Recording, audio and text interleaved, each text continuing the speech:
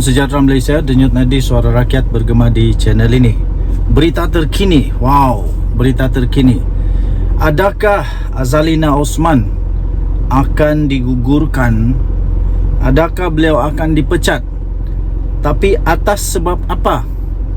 Kenapa dia perlu dipecat?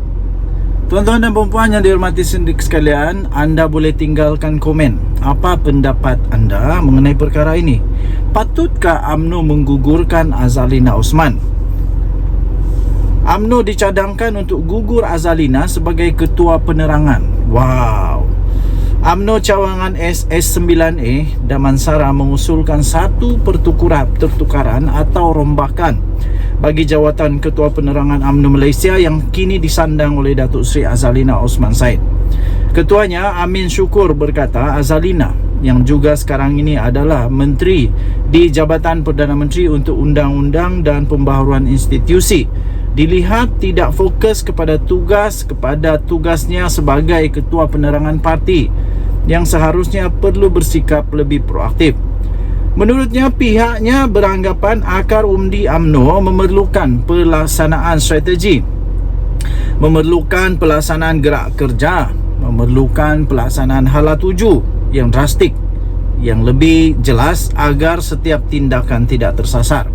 Menurut kenyataan mereka, disebabkan daripada itu, kita memerlukan seorang individu atau seorang figura yang mungkin boleh lebih fokus untuk bertindak sebagai ketua penerangan dan mempunyai masa untuk merencana usaha-usaha serta tindakan yang sifatnya tidak bermusim, kata mereka. Tambahnya lagi, satu pelan naratif untuk masa depan UMNO yang lebih praktikal perlulah segera digerakkan oleh Ketua Penerangan, serta segala usaha perlu digembleng kepada usaha yang bersangkutan dengan portfolio penerangan. Katanya menerusi usul yang berkaitan perkembangan mutakhir daripada akar umbi UMNO. Ya, susulan akar umbi dikatakan kurang pendedahan serta kurang penerangan secara dalaman, khususnya dari unit atau pasukan terbabit. Justru Amin berkata UMNO cawangan SS9A Damansara mahu mengusulkan supaya Datuk Seri Rizal Marikan Naina Marikan untuk menggalas tugas Ketua Penerangan baru dan berharap usul itu tidak diketepikan. Tidak diketepikan dan berharap usul itu dapat dipertimbangkan oleh kepimpinan tertinggi UMNO. Mereka berkata melalui kemahiran, pengetahuan serta pengalaman yang dimiliki oleh beliau, ia dilihat satu kelebihan yang boleh diguna pakai untuk kebaikan UMNO. Selain daripada itu, UMNO cawangan SS9A juga beranggapan beliau mempunyai masa untuk lebih fokus untuk merencana, bergerak dan bertindak sebagai Ketua Penerangan yang baru, katanya dalam kenyataan itu. Katanya cadangan itu diusulkan selepas melalui pertimbangan rasional demi kebaikan UMNO dalam mendapani situasi semasa politik tanah air. Daripada Sinar Harian diterbitkan semula di sabudin.com.net. Sekali lagi saya ingin bertanya kepada tuan-tuan dan puan-puan yang arif lagi bijaksana, apakah anda bersetuju sekiranya Azalina Osman Said digugurkan, dipecatkah digugurkan ya? Digugurkan dan diganti dengan penggantinya yang dicadangkan, yaitu Datuk Seri Rizal Marikan Naina Marikan. Adakah anda setuju? Dapatkah Datuk Seri Rizal Marikan Naina Marikan ini untuk menggalas tugas dan seterusnya mengembalikan semula kegemilangan UMNO? Ataupun pada pendapat anda sebenarnya tak ada maksud pun, sama ada Zalina kah, sama ada Rizal Marikan kah, sama saja UMNO tetap sama. Apa pendapat anda? Siapa yang sepatutnya letak jawatan? Siapa yang sepatutnya letak jawatan di dalam UMNO? Mungkin anda ada pengalaman, ada pendapat anda sendiri, anda boleh tinggalkan di ruangan komen. Denyut nadi suara rakyat bergema di channel ini. Jangan lupa untuk tekan butang subscribe, like dan share. Saya ingin ucapkan selamat Hari Ibu yang sudah lalu. tapi belum lama lah, sudah lalu. Apalagi Hari Guru yang sudah lalu, dan hari-hari seterusnya kita doakan semoga semuanya baik-baik saja. Kita jumpa lagi, bye-bye.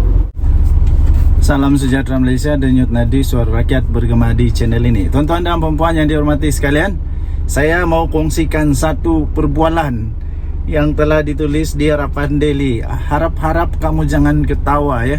Cuba tahan jangan ketawa. Cuba tahan jangan ketawa. Okey. Jadi sebagai seorang type K yang berazam tinggi, dia berkata dalam hatinya, "Tut, Mr. Tan ni memang perangai type C," dia kata. Akhirnya dia memohon jawatan yang diiklankan oleh sebuah firma ekspor import milik usahawan type C, Mr. Lim. Dia dipanggil menghadiri temu duga. Ini yang aku ketawa. Aku ketawa sampai terkehek-kehek. Tahu? Harap-harap kamu jangan ketawa ya. Harap-harap anda, tuan-tuan dan puan, boleh tahan ketawanya. Okey. So, Mr. Lim. Mr. Lim, soal. Mamat, adakah kamu boleh bertutur bahasa Inggeris? Mamat menjawab, "Tidak, tuan. Tok guru saya kata bahasa Inggeris tu bahasa penjajah, tuan." Mr. Lim tanya semula, "Tapi BM kamu pun tidak baik. Kami telah menyuruh kamu menulis karangan 150 patah perkataan dalam BM. Mana ada istilah tok seh, gapo, gial, goyak dalam BM?" Mamat tu menjawab, "Ambo tersilap kecek kelate." Mr. Lim jawab, "Kami juga meneliti akaun FB Encik Mamat untuk menilai sikap kamu. Kami mendapati kamu sangat aktif dengan kempen boikot. Kamu ajak orang boikot Mamat jual cendol kerana dia pakai topi berlogo Adidas. Kamu juga mengajak orang memboikot warung goreng pisang Mak Limah kerana dia pernah menjual pisang goreng pisangnya kepada beberapa pekerja stesen minyak Shell. Kamu juga menyuruh orang memboikot Al-Ihsan kerana mereka menjual kasut dan kelengkapan sukan berjenama Adidas dan Nike. Roti canai di hujung jalan pun kamu suruh diboikot kerana mama itu beli tepung dari kilang milik orang Cina. Si Tambi yang menjual surat kabar pun kamu ajak orang boikot sebab dia tidak berkhatan.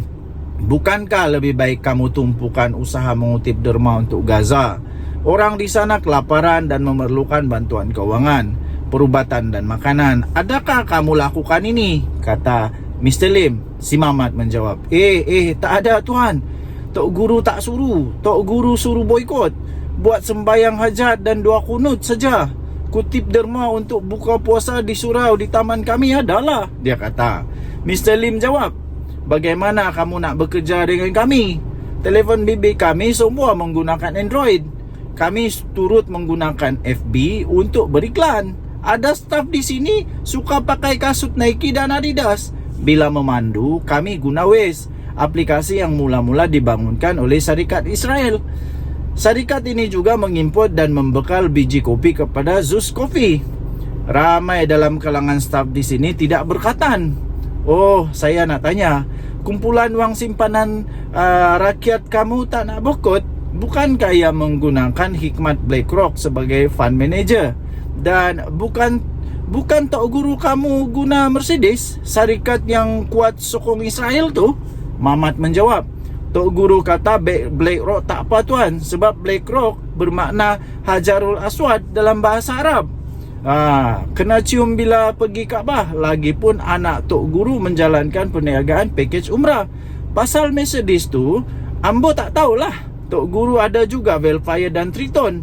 Ambo guna Viva aja." Mr. Lim menjawab semula, "Tok guru kamu boleh speaking. Wow, hebat. Baiklah, soalan terakhir. Apakah yang kamu faham mengenai 4P pemasaran? Land Product System, AI dan FOB?" Mamat menjawab, 4P ialah 4P ialah PP, pinggang, PH dan dan 4P. Saya kena Lalin, isteri saya bernama Azlin dan orang panggil dia Lin, dia kata. Mamat tu kata, AI itu Azhar Idrus, Ustaz Azhar Idrus, dia di antara penceramah agama kegemaran saya. Saya tak tahu mengenai FOB, favor or boycott? Mr. Lim menjawab semula, Oh my, sambil menggeleng kepala, aduh pening kepala. Kemudian Mamat tu dengan selamba bertanya, bila saya boleh bermula kerja Tuan Rashid Lim? Demikianlah kisah Mamat Type K yang berperwatakan ala Khawarij. Kisah ini hanya rekaan semata-mata dan tidak ada kena-mengena dengan yang hidup atau yang sudah mati. Hanya sekadar satira. Dan jangan sekali-kali kebencian kamu terhadap sesuatu kaum itu mendorong kamu kepada tidak berlaku adil. Surah Al-Maidah ayat 8. Jadi ini sebenarnya dikongsikan di Harapan Daily. Penulis ialah mantan rakan kongsi kanan di sebuah firma perundingan pengurusan dan mantan profesor pengurusan di beberapa universiti di dalam dan di luar negara. Okey, anda boleh baca ini sambil ketawa berdeka-deka. Anda boleh masuk di dalam harapandaily.com.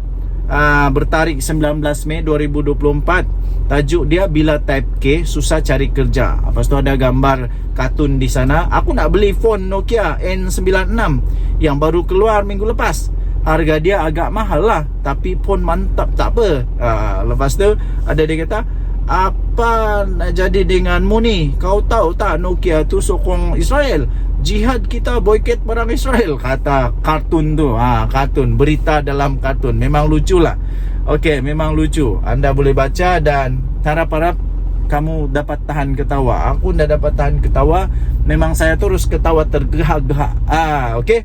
Jadi mungkin ada yang tersirat, ada yang tersurat di dalam apa tadi itu, saya pun tidak pasti. Anda sendiri fikir, anda sendiri nilai. Ada moral of the story kah, ada apa-apa pengajaran daripada cerita itu. Anda boleh komen di ruangan komen. Daripada cerita tadi, daripada perkongsian tadi itu, pada pendapat anda, apakah moral of the story yang anda boleh kongsi kepada saya? Denyut Nadi, suara rakyat bergema di channel ini. Jangan lupa tekan butang subscribe, like dan share. Bye-bye.